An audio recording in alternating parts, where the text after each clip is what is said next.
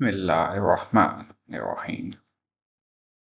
افلا یتدبرون القرآن. فلا کو ہم نے بریک کیا ہے آ، فا اور لا میں. آ ظاہر کرتا ہے کیا. فا کا استعمال بس، پھر یا تو کے میننگ میں استعمال ہوتا ہے. اور لا ہم بخوبی جانتے ہیں کیا مطلب ہے، نو. جیسے ہم پڑھتے ہیں لا الہ الا اللہ، سو اٹ از ناٹ یا نہیں. افلا کا مطلب بنا تو کیا نہیں. یہ تدبرون، آپ لفظ پر غور کیجئے گا. تدبر ریڈ کلر.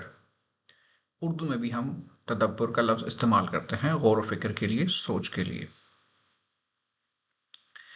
ہم نے اتنی کی ایکسرسائز میں کور کیا کہ اگر لفظ کے شروع میں یا آئے تو وہ یا انگلش میں دے کی علامت کو ظاہر کرتا ہے.